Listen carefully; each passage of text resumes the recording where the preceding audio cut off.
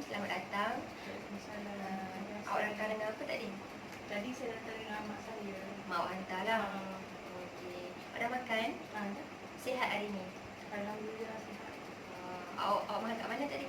Jadi sebelum turun rumah tu saya dah bereksersis kat rumah. Oh, baguslah. Nampaknya awak memang bersedia untuk datang ke sesi kita lah. Siap sarapan semua. Awak selesa ke dengan keadaan bilik ni? Alhamdulillah selesa. Bilik ni pun saya nampak macam sejuk Sejuk Kerusi pun macam okey. Selesa lah kerusi semua. selesa. Alhamdulillah.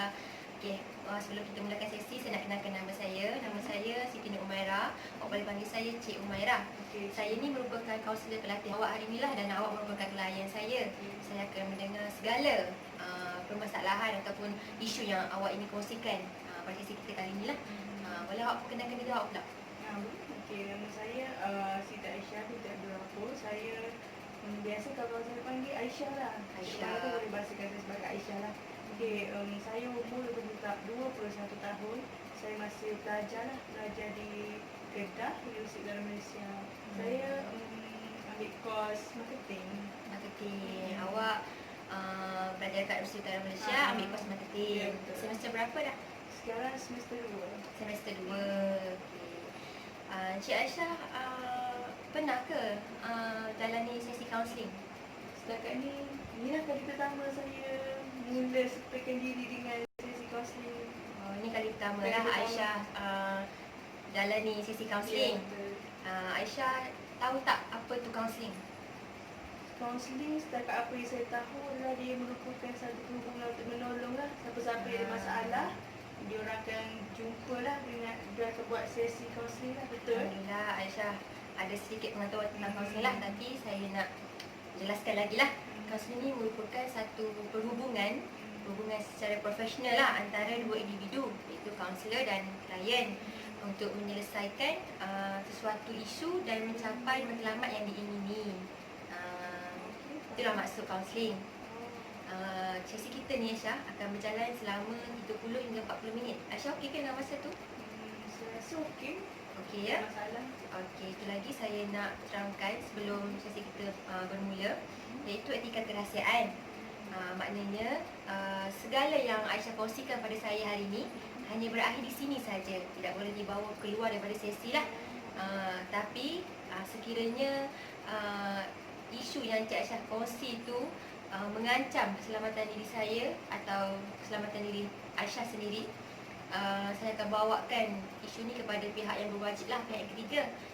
Aisyah faham tak? Faham? Aisyah okey dengan etika kerahsiaan kita? Saya okey lah. Saya rasa macam yakin lah nak bercerita tentang masalah saya, sebab saya pun baru tahu sebenarnya dalam kaunseling ni ada etika kerahsiaan rupanya. So saya rasa macam jadi apa yang saya ceritakan dekat Cik Umar lepas ni selamat je. Apa yang Aisyah cerita tu akan menjadi satu tanggungjawab saya untuk menyimpan sebagai rahsia, tidak boleh dibawa ke mana-mana lah. Jadi jangan rasa takut lah untuk kongsikan masalah ke apa-apa isu kepada saya dalam sesi ni. Okey, macam tu kita boleh mulakan sesi kita lah. Cik Aisyah boleh ceritakan apa yang Cik Aisyah nak kongsikan kepada saya hari ni. Jadi boleh teruskan? Teruskan. Saya nak ceritakan tentang Iras. Akhir-akhir ni saya rasa macam serabut sangat. Yelah, bukan tak suka duduk rumah, tapi saya sekarang macam lebih gemakan duduk elakkan daripada berada dalam bilik lah. Saya suka check in hotel dan duduk rumah kawan. Rumah nenek saya pun saya duduk juga, sebab macam dah tak boleh tak boleh duduk dalam bilik saya. Saya tak tahulah kenapa. Cik Aisyah kata Cik Aisyah tidak boleh berada di rumah kerana rasa serabut, dan Aisyah lebih prefer untuk check in hotel, rumah kawan, rumah nenek. Itu maksudnya Aisyah lebih suka duduk di tempat selain daripada bilik Aisyah lah, betul? Boleh saya tahu Tapi kenapa? pada masa yang sama, yelah bilik saya ni saya rasa banyak barang yang saya suka. Maksudnya barang tu memang saya dah simpan sejak daripada dulu lagi, memang barang-barang kegemaran saya lah. Tapi yelah, sepatutnya bila dah ada barang kita suka, kita perlu duduk dalam tu lah kan, duduk dengan barang-barang kita suka tu. Tapi lama-kelamaan dia macam yelah, dah terlampau banyak sangat barang yang saya suka dalam bilik saya, macam penuh sangat saya simpan. dari dulu lagi. Lepas tu, tapi lately saya rasa macam tak boleh nak duduk dalam bilik tu.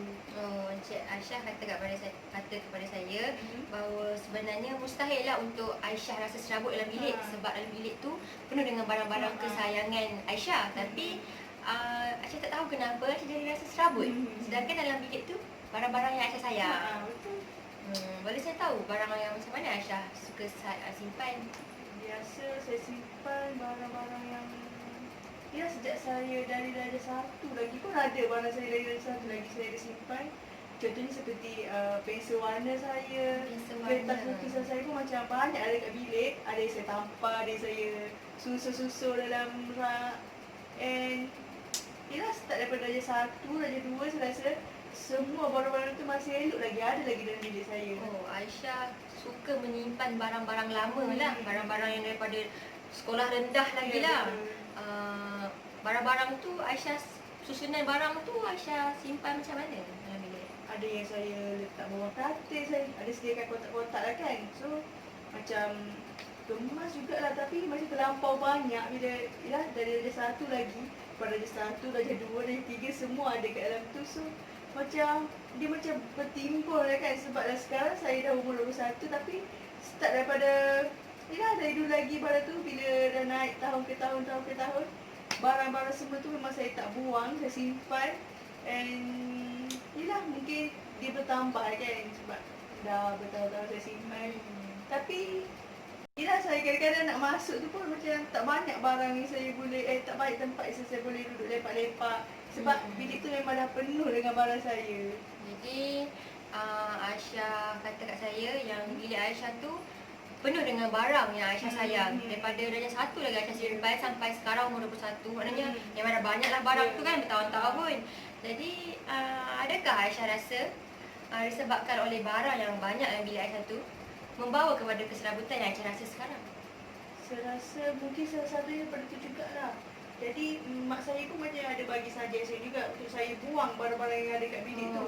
Tapi tak mustahil lah untuk saya buang kan. Sebab barang-barang tu semua kesukaan saya. Sebab dari satu lagi saya simpan dari segi kertas lukisan saya, pensel warna saya, pensel box saya yang kartun-kartun yang masa saya dah 1, darjah 2 dulu pun masih ada lagi. Tapi mak saya dah bagi saranan kepada saya lah untuk buang barang-barang tu. Tapi tak mungkin lah untuk saya buang. Saya sayang betul lah dengan barang-barang tu semua. Mak Aisyah pernah memberi cadangan kepada Aisyah untuk buang ataupun kemaskan ruang bilik, maknanya kurangkan barang-barang. Tapi Aisyah rasa benda tu mustahil untuk Aisyah lakukan kerana terlampau sayang terhadap barang-barang tu. Jadi boleh saya tahu apakah kegunaan barang-barang tu pada Aisyah? Adakah Aisyah masih menggunakannya dalam kehidupan seharian Aisyah? Pada saya lah, saya tak guna sangat pun barang tu sebenarnya. Saya just simpan untuk saya tengok, untuk saya, bila saya simpan benda tu saya rasa macam puas hati lah. Sebab benda tu ada dengan saya, walaupun saya tak pernah guna pun. Sebab pensel warna dari 1, takkan saya guna kot, stay dah dalam 1 tahun, takkan saya masih guna kan. So saya just memang untuk simpan, saya tengok. So memang saya ada buat storage box lah, saya letak dalam tu yang darjah 1, darjah 2, semua dalam tu. So saya rasa saya tak guna pun benda tu, tapi saya rasa penting untuk saya simpan. Sayang sangat benda tu, tak boleh lah saya nak buang. Aisyah mengatakan kepada saya yang barang-barang yang Aisyah simpan tu tidak mempunyai kegunaan pun kepada kehidupan seharian Aisyah. Tapi Aisyah suka untuk tengok sajalah, hanya untuk tengoklah. Okeylah, kalau macam tu, kalau jika Aisyah berada di hotel kan, di hotel, bagaimana pula Aisyah boleh mengatakan kepada saya yang Aisyah tidak serabut berada di hotel? Apakah salah satu sebab yang membuatkan Aisyah tidak serabut bila berada di hotel, di rumah kawan dan di rumah nenek? Pada saya lah, saya rasa perkara yang membuatkan saya tak serabut berada maksudnya di luar bilik saya lah kan, di hotel, di rumah kawan saya, rumah nenek saya. Mungkin sebab ketiadaan barang-barang tu saya rasa rasakan barang bila terlampau banyak sampai saya nak duduk lepak dalam bilik tu pun macam sedar-sedar untuk saya je. Macam kalau saya nak ajak kawan saya masuk bilik saya tu macam tak muat lah kot, memang untuk saya je lah bilik tu. Tak muat lah kawan nak masuk dalam bilik kan. hanya saya dan kawan saya je boleh masuk dalam bilik tu kot. Dengan barang-barang saya je.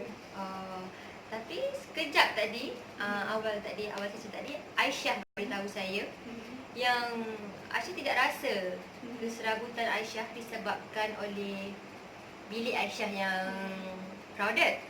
Tetapi bila saya tanya Aisyah, apakah yang membuatkan Aisyah tidak serabut apabila berada di hotel, rumah kawan dan rumah nenek, Aisyah beritahu saya yang tempat-tempat itu tidak mempunyai barang yang banyak.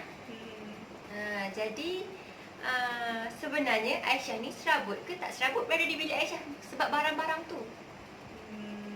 Tak serabut pun sebenarnya, tapi ya kadang-kadang kita perlukan space, betul tak? Kita perlukan space yang mencukupi lah. Yelah, kalau dah duduk dalam bilik dengan barang-barang yang penuh, sebenarnya memang tak digunakan pun, tapi saya rasa penting untuk saya simpan. Ya, kadang-kadang kita nak juga pengudaraan yang baik tu. Bila dah barang dalam bilik penuh dengan barang-barang, saya rasa tak cukup lah untuk saya. Aisyah nak tu tak cukup. Aisyah nak ruang. Aisyah nak ruang yang luas, perudaraan. Aisyah nak tempat yang kondusif lah, yang selesa, yang boleh bagi Aisyah ruang yang selesa, yang luas. Betul tak? Betul. Tetapi apa yang Aisyah ceritakan kepada saya nampak situasi bilik Aisyah tidak seperti yang Aisyah inginkan. Tetapi disebabkan terlalu sayang kepada barang-barang, Aisyah berasa sangat berat untuk membuangnya. Walau saya tahu, pernah tak keluarga Aisyah, ibu ke ayah ke, pernah cuba untuk membuang barang-barang Aisyah secara senyap-senyap ataupun dalam pengetahuan Aisyah? Hari tu pernah lah ada serempak dengan saya. Waktu tu saya dekat U lah, kat kampus saya. Lepas tu saya balik tu tengok ibu saya macam nak kemas keluarga saya. Saya marah lah kan, sebab dia orang macam nak buang barang-barang yang saya simpan tu. Dari satu, dari dua, semua tu macam senang-senang je dia orang nak simpan, nak buang. Macam tak nak bakar lagi benda tu. Saya marah lah kan, sebab tak boleh lah macam tu, sebab ni semua barang kesukaan saya. Saya tak boleh nak buang benda ni. So last mak saya macam okey, dah fed up lah, sebab dah banyak kali sebenarnya dia dah mencuba untuk kemas saya, buang barang-barang saya yang sebenarnya tak ada kegunaan pun.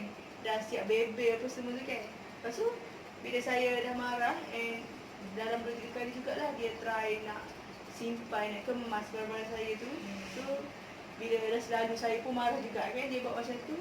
Dia pun dah fed up lah, macam dah tak layan, okey ikut ke macam tu. Sebab Aisyah selalu marah dia orang untuk kemas bilik Aisyah. Jadi dia orang pun dah tak nak ambil tahu lagi tentang keadaan bilik Aisyah lah.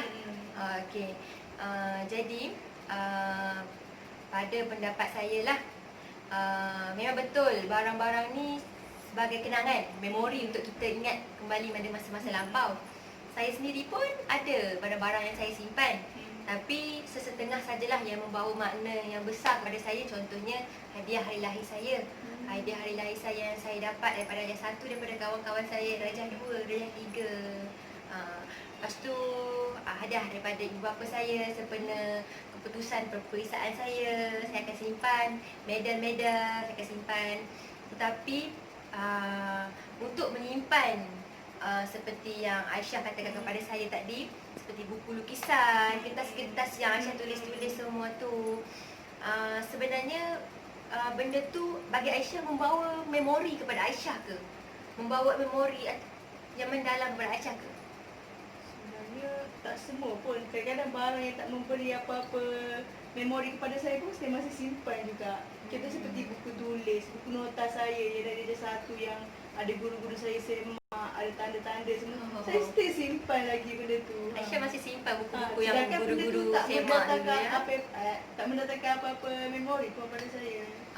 Walaupun benda tu tak mendatangkan memori, memang Aisyah memang suka simpan. Saya suka Simpan je, betul ya? Apa-apa pun yang saya ada, saya simpan je. Sampai bilik pun dah crowded, naikkan serabut Aisyah. Betul. Okay, jadi bagi saya nak tanya Aisyah lah.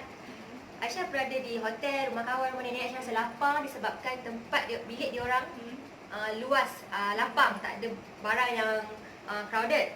Jadi Aisyah pun, adakah Aisyah memerlukan bilik sebegitu di rumah Aisyah sendiri? Saya rasa saya perlukan lah kot. Okey, Aisyah memerlukan bilik sebegitulah di rumah Aisyah kan. Jadi bagi Aisyah, apa yang Aisyah harus buat untuk mengatasi keserabutan Aisyah ini? Yang Aisyah sudah tahu puncanya daripada barang-barang Aisyah yang sangat crowded dalam bilik. Jadi Aisyah rasa apa yang Aisyah patut buat? Sebab kita manusia tidak boleh hidup dalam keserabutan yang berpanjangan. Ini mengganggu emosi kita, kerja harian kita, rutin harian kita lah. Jadi itu tidak baik untuk kita punya emosi fizikal, akan mengganggu lah. Jadi bagi Aisyah, apa yang Aisyah harus buat, lakukan sebab kerana usaha sebelum ni, usaha daripada ibu ayah tidak berjalan juga. Aisyah pun berat hati nak buang, memang walaupun Aisyah tahu punca. Jadi Aisyah rasa apa yang Aisyah harus buat untuk mengatasi benda ni? Jadi selepas saya mendengar sendirian daripada Cik Umairah, mungkin saya sekarang dah rasa tidak akal sikit. Mungkin saya rasa apa yang saya perlu buat adalah saya perlu kemas semua barang-barang kat bilik saya tu, betul tak? Maksudnya saya kena keluarkan barang-barang saya supaya saya boleh menjadikan bilik saya itu seperti mana saya duduk kat hotel, seperti mana saya duduk kat bilik kawan saya, bilik rumah nenek saya macam tu. Saya nampak positifnya dalam diri Aisyah ni, Aisyah mudah menerima pendapat daripada orang lain. Aisyah sebenarnya tidaklah terlalu keras hati, cuma Aisyah memerlukan sedikit nasihat. Mungkin adakah kedua ibu bapa Aisyah pernah memberi nasihat mengenai ini, atau cuma hanya memarahi Aisyah?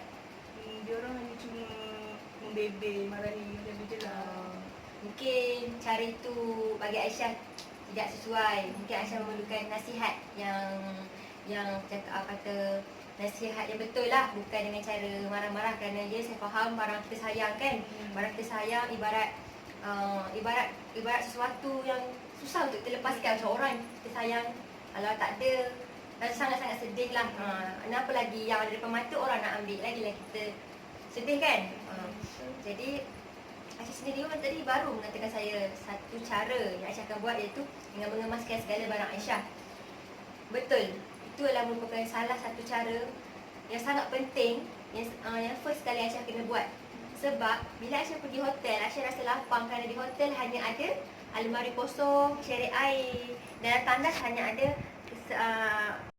mandian dan shampoo yang kecil. Itu luas kan. Supaya jadi luas, Aisyah akan jadi rasa tenang. Jadi bilik Aisyah pun kena macam tu. Tapi tak semua barang Aisyah kena buang. Betul ke Aisyah rasa? Saya rasa betul. Bagi saya, pendapat saya, kalau Encik Aisyah boleh terimalah pandangan saya, barang-barang yang Aisyah rasa tidak digunakan, tidak boleh diguna pakai, ataupun barang-barang tu tidak membawa memori yang sangat kuat dalam kehidupan Aisyah, cuba Aisyah keluarkan dulu barang-barang tu dalam bilik lah. Hanya tinggal barang-barang yang sangat-sangat penting je. Dan barang-barang tu disusun dengan elok, dengan rapi. Jangan, kalau boleh jangan bagi serabut pandangan mata lah. Macam bilik, macam hotel, saya tengok hotel kan, selalu check in hotel kan. Hanya ada apa kat hotel? Katil, TV, hanya ada almari yang kosong. Dalam tandas pun hanya ada shampoo dan mandian yang kecil saja. Sebab tu Aisyah rasa tenang kan. Okey, jadi barang-barang tu saya tak cakap suruh buang ataupun bakar kan. Saya cuma suruh pandangan saya lah, keluarkan daripada bilik dahulu. Mungkin sebab susah untuk kita lepaskan barang yang kita sayang ni. Takut nanti bila kita ambil tindakan melulu, kita bakar kan, nanti tiba-tiba jadi murung ke, teringat ke apa kan. Jadi benda tu kita kena elakkan lah. Kita tak tahu apa emosi kita akan terjadi kan. Bila barang tu dah berpuluh tahun kita simpan, maknanya memang kita sayang lah kan. Orang yang kita sayang, Allah ambil pun kita memang sangat-sangat sedih. Apalagi bila sesuatu ataupun orang yang kita sayang, orang nak ambil, orang yang nak ambil, lagi-lagi kita sakit hati, marah kan, sebab orang nak ambil. Melainkan benda tu terjadi tanpa sengaja, yang Allah tentukan kan. Okey. Jadi Aisyah cuba buangkan dulu barang-barang tu. Barang-barang dulu. Apa yang Aisyah rasakan saat tu? Bila Aisyah rasa sangat tenang, sangat lapang, maknanya itu adalah merupakan cara yang sangat betul Aisyah buat. Tindakan yang sangat betul lah untuk hilangkan keserabutan yang Aisyah pendam selama ni. Berapa lama Aisyah pendam keserabutan ni? Saya rasa mungkin yelah sebelum ni macam barang tu tak adalah banyak sangat. So bila dah bertahun-tahun ni baru macam saya rasa makin lama makin bertimbun benda tu. So saya dah rasa sejak setahun yang lalu lah saya mula rasakan benda, tapi saya rasa tak ada, saya tak buat apa-apa tindakan pun, saya just biarkan je. Sebab yelah, bila saya nak tenangkan diri, saya pergi KI. Macam tu je. Aisyah dah pendam keserabutan ni setahun yang lalu. Dan Aisyah tidak ambil apa-apa tindakan kerana barang kita sayang. Ya, betul. Kita tidak boleh berfikir sampai ke arah itulah. Jadi cara nak selesaikan masalah lari daripada keserabutan tu, Aisyah keluar daripada bilik Aisyah, duduk tempat lain. Okey, jadi macam saya kata, tak adalah Aisyah buang dulu barang-barang, buang ke luar bilik lah. Lepas tu Aisyah boleh fikirkan lah barang-barang tu, bincang dengan ahli keluarga mahu buat apa dengan barang-barang tu, sama ada disimpan dalam store ataupun letak dalam satu kotak, ataupun kalau Aisyah rasa kuat, tidak keberatan, Aisyah boleh buang lah. Macam kata Aisyah boleh recycle lah kita semula, buat benda-benda yang kalau boleh, benda yang betul lah, bincang dengan keluarga lah. Kalau ada ruang lagi kat rumah, ada store, boleh simpan dalam store. Apa kalau Aisyah rasa benda tu sangat-sangat tak guna, boleh lah Aisyah nak buang ke perupusan apa-apa kan. Jadi setakat ni Aisyah faham tak apa yang saya lakukan? Aisyah boleh terima tak? Saya rasa lega lah, dan saya rasa boleh terima lah dengan apa yang Cik Umar sarankan kepada saya. Yang saya rasa mungkin saya boleh cubalah buat keluarkan balik barang-barang yang saya pilih lah, mana yang memang penting dia untuk ada dalam bilik saya. Betul kan? Betul. So saya rasa mungkin sebelum ni, sebab mak saya pun dah cuba buat benda tu, tapi mungkin dengan dia gunakan cara yang salah, di mana dia buat benda tu tanpa keizinan saya. So setakat ni saya sendiri yang akan buat benda tu, buang sendiri barang tu yang ada dalam bilik saya tu, saya sendiri akan keluarkan. Seperti yang saya katakan pada Seperti awal yang sesi lah. ya, betul. Awak sebenarnya bukanlah tidak boleh, tetapi cara yang awak, cara keluarga awak untuk menghadapi masalah awak ni dengan cara yang salah lah. Awak tidak boleh orang buat sesuatu tanpa pengetahuan awak lah, di belakang awak. Tambah-tambahan pula ianya berkaitan dengan barang-barang kesayangan awak yang terlalu awak sayang. Jadi itu menimbulkan kemarahan awak. Dan bila awak marah, ibu awak, ayah awak akan membebel kepada awak, dan itu tidak menyejukkan hati awak lah, tapi menambahkan kemarahan, kepanasan dalam diri. Jadi tindakan Aisyah untuk berjumpa dengan saya hari ini merupakan satu pilihan yang positif dalam diri Aisyah, kerana Aisyah telah buat satu pilihan yang bagus lah, yang baiklah. Saya kagum dengan diri Aisyah kerana masih, walaupun setahun sudah pendam benda ni, masih lagi cuba untuk menyelesaikan, tidak terus hanyut dalam keserabutan tu semakin lama lah kan. Okey. Jadi Aisyah, sesi kita pun sudah nak hampir tamat. Saya nak tanyalah apa yang Aisyah rasakan setelah kita sesi ni. Setakat ni, sepanjang sesi yang saya adakan Cik Umairah ni, saya rasa lega, dan saya dah jumpa penyelesaian apa yang sedang membelenggu saya sebelum ni, apa yang membuatkan saya serabut. Dan yelah, saya pun dah jumpa penyelesaian apa yang saya buat lepas ni, supaya keselesaan saya di bilik saya lah, daripada saya KI menghabiskan duit saya kan. Why not saya ubah suai bilik saya sebenarnya tu untuk mendapatkan keselesaan sebetul-betulnya yang saya nak. Betul. Alhamdulillah, Aisyah merupakan seorang yang sangat positif, kerana mudah untuk menerima nasihat, menerima pandangan, sangat-sangat terbuka. Saya sangat kagum lah dengan perwatakan Aisyah. Terima kasih. Okey, jadi saya ada apa-apa lagi tak Aisyah nak cakap sebelum sesi kita ditamatkan lah? Setakat ni tak adalah, mungkin saya akan cuba tips-tips yang Cik Umairah bagi tadi lah. Jadi sini saya rumuskan, daripada awal sesi Aisyah datang cerita kat saya yang Aisyah rasa serabut. Aisyah rasa serabut berada di bilik Aisyah. Aisyah lebih suka berada di luar daripada bilik Aisyah, seperti di hotel, rumah kawan dan rumah nenek Aisyah. Kerana salah satu sebab Aisyah serabut berada di bilik kerana adalah crowdednya barang-barang, keadaan bilik yang penuh dengan barang-barang. Berbeza dengan di hotel, rumah kawan dan nenek yang lapang, luas. Jadi Aisyah mengatakan kepada saya, Aisyah memerlukan space, Aisyah memerlukan ruang dengan selesa. Jadi semasa Aisyah bergelut dengan keserabutan itu, ibu bapa Aisyah cuba untuk membantu dengan ingin membuang barang-barang Aisyah. Tetapi ia menimbulkan kemarahan Aisyah bila ia ini dilakukan tanpa pengetahuan Aisyah. Betul ya? Betul. Dan mereka juga menggunakan cara dengan membebel atau dia cakap tidak menasihatilah tapi memarahi Aisyah. Jadi itu menambahkan rasa keserabutan Aisyah dan Aisyah rasa semakin tidak tahu jalan penyelesaian lah. Tetapi dalam sesi hari ini kita sudah membincangkan satu cara untuk menyelesaikan keserabutan Aisyah yang Aisyah pun sendiri telah setuju, iaitu dengan cara mengambil barang-barang yang mendatangkan memori yang penting dengan barang-barang yang tidak guna lah, barang-barang yang tidak diguna pakai. Barang-barang tu dibawa keluar daripada bilik Aisyah dulu, dan barang-barang yang penting disimpan secara rapi, tidak serabutkan mata memandang lah. Okey, barang-barang yang tak digunakan tu bila dah keluar, bincang dengan keluarga mau buat apa. Ya, bincang dengan keluarga mau buang ke, mau letak dalam kotak ke. Sebab saya faham rasa sayang terhadap barang ni, kita tidak boleh ambil main-main lah, tidak boleh ambil mudah dengan situasi Aisyah ni. Sebab saya dah jumpa banyak klien yang menghadapi situasi yang sama dengan Aisyah, dan ada yang lebih kritikal lagi daripada Aisyah, yang memang sangat susah untuk dipulihkan. Sampai berkali-kali sesi pun sangat susah lagi untuk membuang perasaan sayang terhadap barang-barang dia. Seperti habuk pensel pun ada orang simpan. Jadi Aisyah ni orang cakap bukan di tahap yang sangat kritikal lagi lah, alhamdulillah lah. Tapi tidak boleh dibawa main-main lah. Patutnya keluarga Aisyah, ibu bapa Aisyah patutnya mempunyai kesedaran lah tentang ni sebenarnya. Tidak boleh cepat memarahi, tapi cuba untuk memahami. Jadi di sini Aisyah pun kena cuba memahami diri Aisyah sendiri.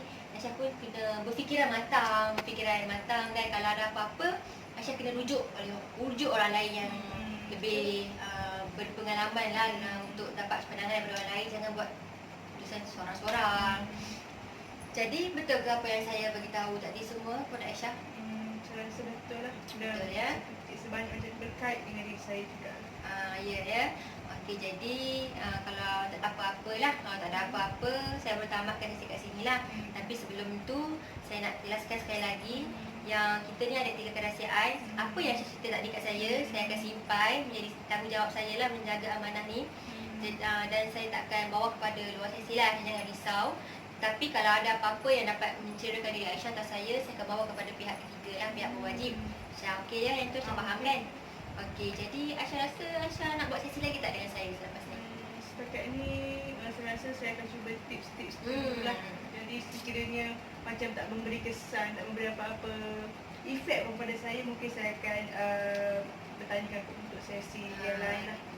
Maknanya kalau Aisyah rasa cara itu tidak memberi kesan positif terhadap diri, Aisyah akan meminta untuk sesi kedua lah. Tapi untuk masa sekarang hanya cukup sesi ini sajalah. Okey, tak apa. Kalau Aisyah nak sesi lagi, Aisyah hanya call saya ataupun beritahulah saya di mana dan pukul berapa yang Aisyah free ya.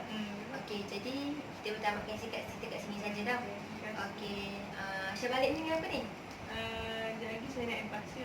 Yang balik naik bas lah. Okey, balik elok-elok ya. Okey, terima kasih Aisyah. Okey. Assalamualaikum. Salam. Bye.